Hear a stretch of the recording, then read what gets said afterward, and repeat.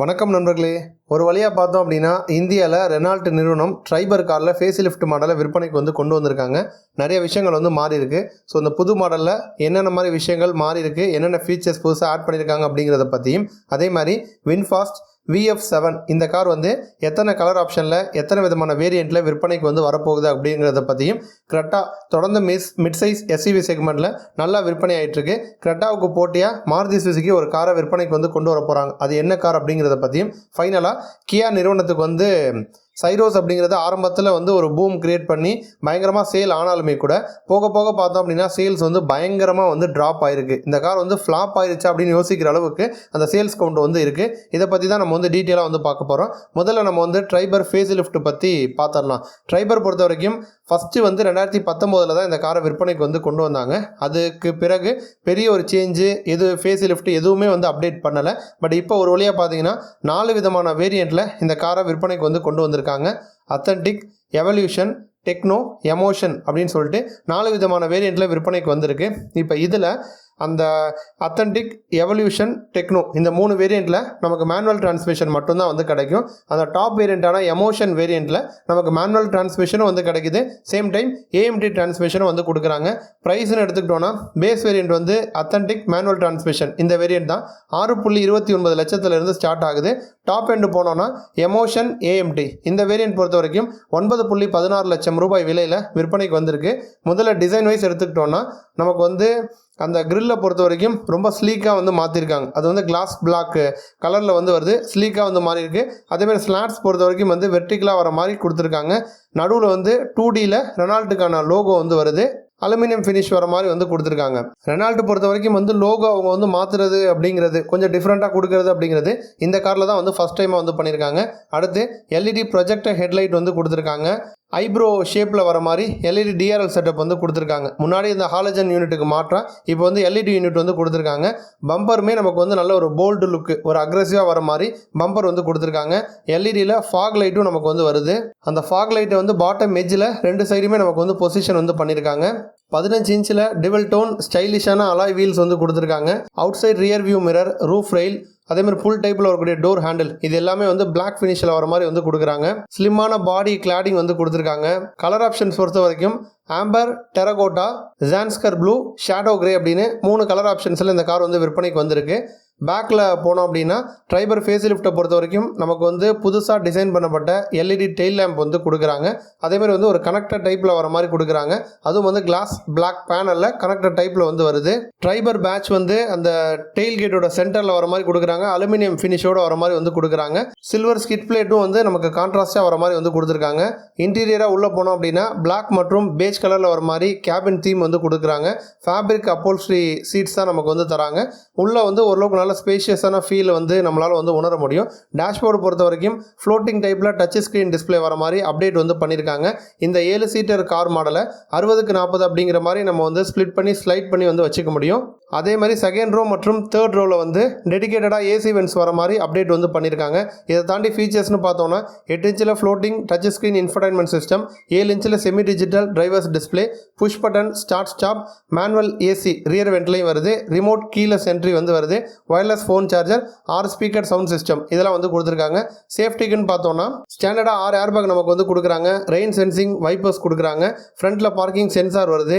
ABS with EBD, electronic stability control, hill start assist, tyre pressure monitoring system, traction control, rear parking camera சென்சார்ஸோடு வருது. இந்த மாதிரி features கொடுக்குறாங்க.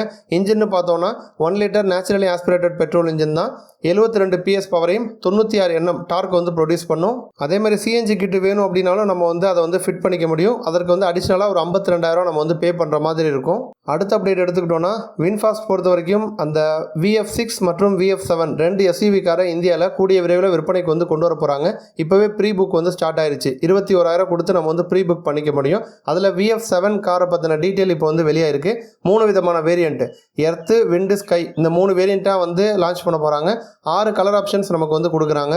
நம்ம Indian spec model எடுத்துக்கிட்டோன்னா 70.8 kilowatt battery pack கொடுக்க போகிறாங்க. பட் குளோபலாக இந்த கார் 75.3 கிலோவாட் பேட்டரி பேக் கொடுக்குறாங்க குளோபலாக. பட் நம்ம இந்தியாவில் 70.8 கிலோவாட் பேட்டரி பேக் தான் வரும்னு சொல்லியிருக்காங்க. சிங்கிள் மற்றும் டுவல் மோட்டார் செட்டப்பில் இந்த கார் வரப்போகுது. சேஃப்டி வைஸ் எடுத்துக்கிட்டோன்னா லெவல் 2 ADAS டெக்னாலஜி, ஃபுல்லாக LED lighting, 19 inch wheel, floating டைப்பில் touch screen infotainment system, panoramic sunroof, ஃப்ரண்ட்டில் வந்து ventilated seat, dual zone climate control, இந்த மாதிரி வசதிகளாக நம்ம வந்து எக்ஸ்பெக்ட் பண்ணலாம். இந்த காரோட எக்ஸ்பெக்டட் ப்ரைஸ் வந்து 30 to 35 லட்சம் ரூபாயில் விற்பனைக்கு வரதா இருக்குது. அடுத்த அப்டேட் பார்த்தோன்னா கிரெட்டாவுக்கு போட்டியாக மாருதி சுசுகி மிட் சைஸ் எஸ்யூவியை விற்பனைக்கு வந்து கொண்டு வர போகிறாங்க. இப்போதைக்கு அந்த காருக்கு வந்து கோட் நேமாக Y17 அப்படிங்கிற மாதிரி வந்து வச்சுருக்காங்க. பட் வந்து எஸ்குடோ அப்படிங்கிற நேமில் இந்த கார் வந்து அரேனா ஷோரூம் மூலமாக விற்பனைக்கு வரதா வந்திருக்கு. ஜென்ரலாக இந்த அரேனா ஷோரூம் அப்படிங்கிறது கொஞ்சம் பட்ஜெட் ஃப்ரெண்ட்லி கார்கள் மட்டும்தான் இந்த ஷோரூமில் வந்து கிடைக்கும். அப்போ வந்து வரப்போகிற கார் வந்து கிரெட்டாவுக்கு போட்டியாகவும் வந்து இருக்க போகுது. சேம் டைம் பார்த்தோன்னா அது வந்து ஒரு பட்ஜெட் விலையிலையும் கிடைக்கும் அப்படிங்கிறது வந்து கன்ஃபார்ம் ஆயிருக்கு. இப்போ இந்த கார் வந்து கிராண்ட் விட்டாரா ரெடியான அதே சேம் பிளாட்ஃபார்மில் தான் இந்த காரையும் அதே ஆர்கிடெக்ட் வச்சு தான் வந்து டெவலப் பண்ணுறாங்க. 1.5 litre petrol engine, strong hybrid மற்றும் நான் ஹைப்ரிட் வெர்ஷன் ரெண்டு ஆப்ஷன்லையுமே நமக்கு வந்து விற்பனைக்கு வந்து வரப்போகுது. அதே மாதிரி வரப்போகிற கார் வந்து நம்ம கிராண்ட் விட்டாரா விட லென்த் வந்து அதிகமாக இருக்கும் அப்படிங்கிற மாதிரி வந்து சொல்கிறாங்க. 4330 4370 mm லென்த்தில் வந்து வரும் அப்படிங்கிற மாதிரி வந்து சொல்லியிருக்காங்க. அதேமாதிரி பூட் ஸ்பேஸும் வந்து நமக்கு கிராண்ட் விட்டாரா விட அதிகமாக கிடைக்கும் அப்படிங்கிற மாதிரி சொல்கிறாங்க. 2 விதமான சீட்டிங் கான்ஃபிகரேஷன் வந்து வருங்கிற மாதிரி சொல்கிறாங்க. ஒன்று வந்து 5 சீட்டர் மாடல், இன்னொன்று வந்து 7 சீட்டர் மாடல். இதில் 5 சீட்டர் மாடல் பொறுத்த வரைக்கும் நம்ம கிரெட்டாவுக்கு நேரடி போட்டியாக விற்பனைக்கு வந்து வரப்போகுது. 7 சீட்டர் மாடல் பொறுத்த வரைக்கும் அதுவும் வந்து எர்டிகா லைனப்பில் இன்னொரு விலை குறைவான 7 சீட்டர் மாடலாக வந்து இருக்கும் அப்படிங்கிற மாதிரி சொல்கிறாங்க. இப்போ இந்த காரை எந்த இடத்துல வந்து பொசிஷன் பண்ண போகிறாங்க அப்படின்னா, ஆல்ரெடி வந்து பிரெஸ்ஸா கார் இருக்குது, கிராண்ட் விட்டாரா இருக்குது. இது ரெண்டுக்கும் நடுவில் வந்து பொசிஷன் பண்ண போகிறதா வந்து சொல்கிறாங்க. இப்போ விலை கம்மியாக வேணும் அப்படின்னா நம்ம வந்து பேஸ் மாடல் போகலாம். பேஸ் மாடலோட எக்ஸ்பெக்டட் ப்ரைஸ் வந்து 10 லட்சத்துலேருந்து ஸ்டார்ட் ஆகும் அப்படிங்கிற மாதிரி சொல்லியிருக்காங்க.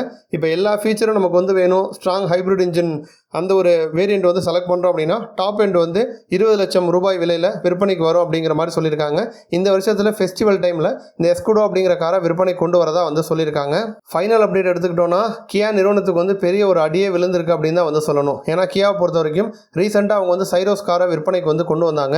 சைரோஸ் பொறுத்த வரைக்கும் நமக்கு வந்து பாக்ஸி டைப்பில் வந்தாலுமே கூட உள்ளே வந்து நல்ல இடவசதி வந்து இருக்குது, பூட் ஸ்பேஸ் வந்து நல்லாயிருக்கு, மல்டிபிள் பவர் ட்ரெயின் வந்து கொடுக்குறாங்க. ஓரளவுக்கு வந்து நல்லா ஹிட் அடிச்சுது. வந்தோன்னா நிறைய பேர் வந்து இந்த கார் விற்பனைக்கு வரதுக்கு முன்னாடியே ப்ரீ புக்கிங்ஸே அதிகமாக வந்து போணுச்சு. தொடர்ந்து நல்லா சேல் ஆகிட்டு தான் இருந்துச்சு. இப்போ சடனாக பார்த்தீங்க அப்படின்னா அந்த காரோட விற்பனை வந்து ட்ராப் ஆகிருக்கு. மற்ற கார்கள்லாம் இப்போ இதுக்கு முன்னாடி விற்பனைக்கு வந்த சோனட், செல்டோஸ், கேரன்ஸ் இது எல்லாமே 5000க்கு மேலே விற்பனை ஆகிட்டு இருக்கிறப்ப சடனாக வந்து சைரோஸோட விற்பனை மட்டும் 1000க்கு கீழே வந்து குறைஞ்சிருக்கு. அதை வந்து நம்ம வந்து ஒரு எக்ஸாம்பிளோட பார்த்தோம் அப்படின்னா, இப்போ போன வருஷம்லாம் இந்த கார் வந்து விற்பனையில் வந்து கிடையாது. போன வருஷம் ஜூனில், இப்போ இந்த வருஷம் ஜூன் 2025 774 கார்கள் மட்டும்தான் வந்து விற்பனை ஆயிருக்கு.